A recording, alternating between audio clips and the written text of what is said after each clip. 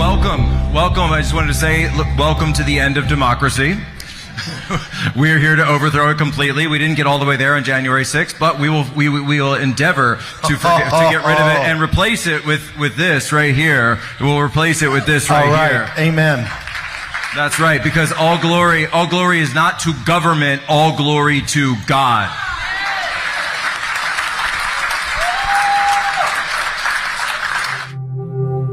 So, Mike Breen, great to have you back as always. You know, they're saying the quiet parts out loud now, and it's not even dog whistles anymore. I'm not sure exactly who the audience here is, but they're blaring it with a megaphone. They have to know there are cameras out there, and they just don't care. When they're talking about a theocratic takeover, they are serious. You have to take them seriously. I mean, unfortunately. And it's easy to laugh these people off as fringe characters and everything else, but they're not. You know, they have the ear and to a great extent a lot of the energy and the movement behind the presumptive Republican nominee for the presidency of the United States, who's made his intentions more than clear. So, yeah, I mean, you know, he's Jack Posobiec's a bit of a joke, you know, as a person, but when he gets up on stage and says he wants to replace the democratic constitution of the United States with a theocratic state, you know, unfortunately, I believe him. Now it's up to the rest of us to make sure he doesn't succeed. There's this saying that the only difference between a bully and a fascist is that a fascist has a plan. And I think that is an astute observation about the first Trump term versus a potential second Trump term, and they are planning. You look at the Heritage Foundation, you look at these other groups, they have a plan. And they might not call it theocracy, but when you read Project 2025, the overt religiosity, the imposition of those religious precepts on the whole of society, I mean, it's as close as we've come in this country to theocratic rule. Yeah, I think that's right.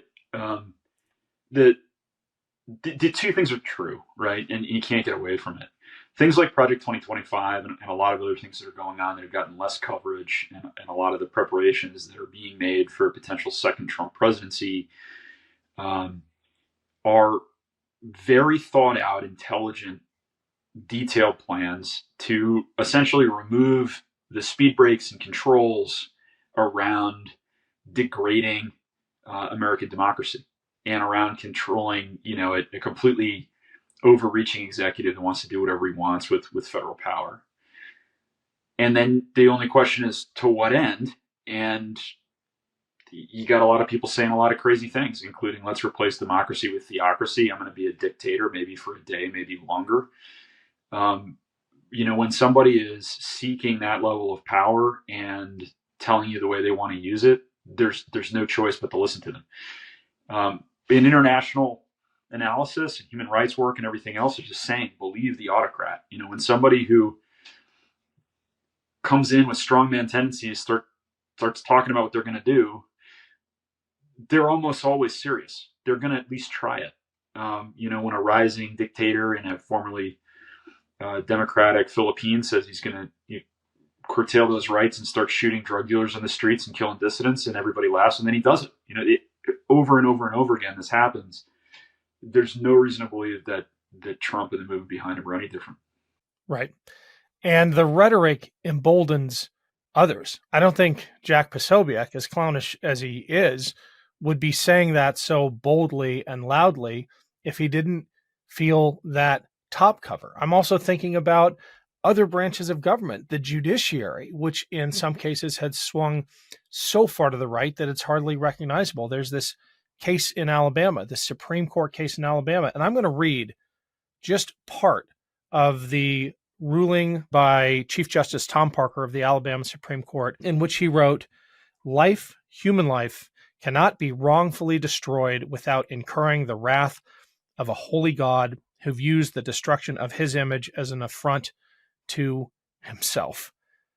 I mean, that sounds like something that could come out of Jack Posobiec's mouth, holding up a cross and saying our loyalty is to that, not to government or the Constitution. But this is a Supreme Court justice, which has delivered a ruling that is going to have devastating effects on families throughout the state of Alabama, and other Republicans across the country are grabbing that torch and running with it. Absolutely. I'm a big believer in the Bill of Rights. I'm a big believer in the First Amendment. Me too. Big believer in the separation between church and state, which, I don't begrudge anyone their faith. It's not about that. It's important to me too, but it's not how we govern ourselves. And there are extremely good reasons for that. And I agree with you. I don't think this is Jack Posobiec of all people. I mean, this is not some kind of courageous moral leader who's taken a stand. This is a guy who is auditioning for a bigger role in the corporation, right? This is a guy who's saying, "Dad, look at me. I'm on the team." He's following. He's not leading when he says things like this, and he's trying to impress people that he knows are looking for those who are going to carry that banner. So no doubt, I think we are in, Ken, for one hell of a year, and it may be the most consequential year in the last, maybe 150 for American democracy. There's no doubt about it. Thanks for watching, everyone. Between now and the election, I'm going to highlight a handful of critical pro-democracy efforts that I want you to know about. The first of these is Veterans for Responsible Leadership, or VFRL. It's an organization on the front lines of the battle to protect our democratic safeguards and to hold accountable those who would dismantle them. VFRL's number one priority between now and November is preventing Donald Trump from being reelected. As an organization led by veterans, VFRL is bringing to bear all that experience and credibility to persuade other veterans and military family members that a vote for Donald Trump is a vote that undermines the very Constitution that those in the military swore to uphold. Here's where VFRL needs your help. If you are a veteran or a family member of one, and if you're looking for ways to make meaningful contributions between now and November, go to VFRL.org.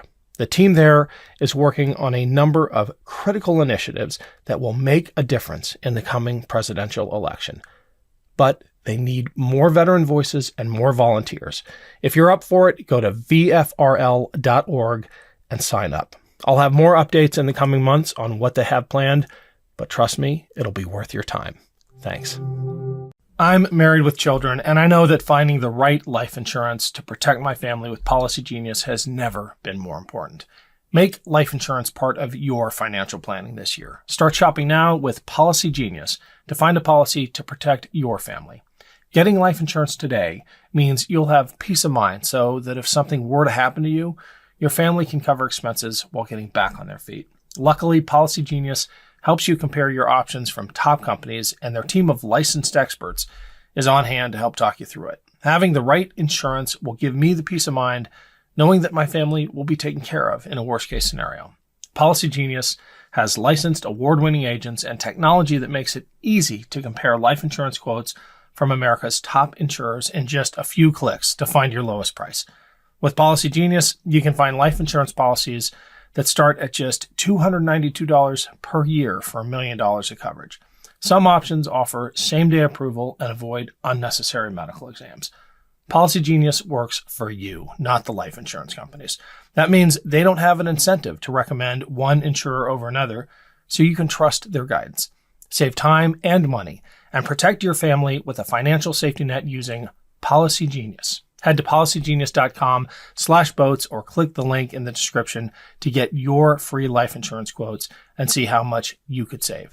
That's policygenius.com/boats.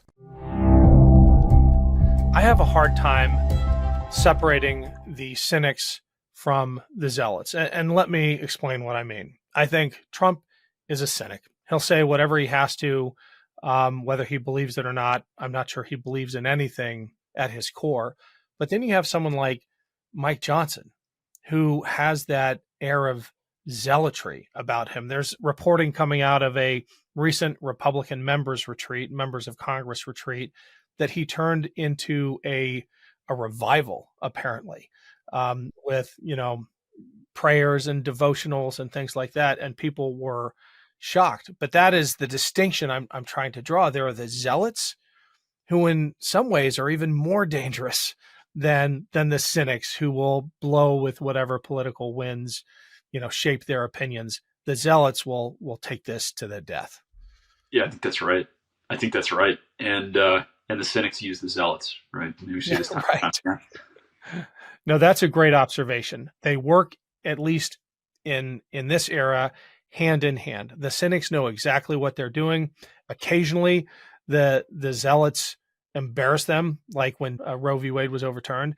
But they're in partnership in ushering in this new America. What's the America described in Handmaid's Tale? Gilead, right? Right. This is a partnership. There's no doubt about it. And the weird part is, I think each side thinks they can control the other, and each side is wrong. You know, the Cynics think they're going to use the Zealots, and the Zealots think they're, you know, the Cynics are a useful tool. And they talk about this openly, and they talk about it behind closed doors, and they're both obviously wrong. And you don't have to look any further than the complete dysfunction of the Republican House in Congress to see that there is no controlling this. It's taken on a life of its own. You have observed in the past, and I want to end this note, that in places where the Zealots run wild, where they actually are able to gain the levers of power, it ends really, really badly. We've both been in places and seen that close up. Tell us what you're referring to and why that's such a warning for the moment we're in right now. Yeah, I think that's really important, Ken. And we can't say it enough, especially as veterans, you know, as two guys who wore the uniform and led people in the military. And there aren't numerically that many of us in our society these days. So it's important that we talk about what we've seen and experienced. I think about my experiences in Iraq. I think about a country that had a 35% intermarriage rate between Shia and Sunni. And, you know, when I first got to Baghdad in 2003, whether you were Shia or Sunni, you know, these are two versions of being Muslim, right? Two sects. It didn't matter that much to most people. I mean, kind of like being, you know, Presbyterian and Lutheran or something. It didn't matter, right? And then, you know, by the time I left Iraq, about a year and a change later, it was a life or death issue. It was the kind of thing that you could get killed in a schoolyard over as a kid if your parents were of mixed, you know, sectarian religion. You took something that was just like part of being a human being, and you turned it into this life or death thing that split the society apart. And the way it happened was a really small number of zealots ramped up the level of threat and violence to the point where everybody got dragged into it, whether they wanted to or not, and the country fell apart. And, you know, we had tens and tens and tens of thousands of people dead in the resulting civil war. And you see this time and time and time again. It doesn't take that many people to take divisions in a society that don't really matter that much to most people and just start using it to rip communities and families apart. I mean, we've seen it from Rwanda to Iraq, Afghanistan. I mean, you can go around the world. The idea that it might happen here, that keeps me up at night, and that motivates everything I do all day. And I know it's the same for you. This is a high stakes game we're playing. And I'm very happy that most of our neighbors, most of the people in my town, and I suspect in yours, have not seen the kind of things we've seen. But I wish I could give them that perspective just for a minute, because I think it makes you really stop and think before you go down that road to hell. Yep. Well, that is a stark warning. We usually end on an uplifting note, but I want to end on that note. Thank you so much, Mike. We'll have you back soon. Thanks, Ken. Take care. Love this video? Make sure you stay up to date on the latest breaking news and all things Midas by signing up to the MeidasTouch newsletter at MeidasTouch.com/newsletter.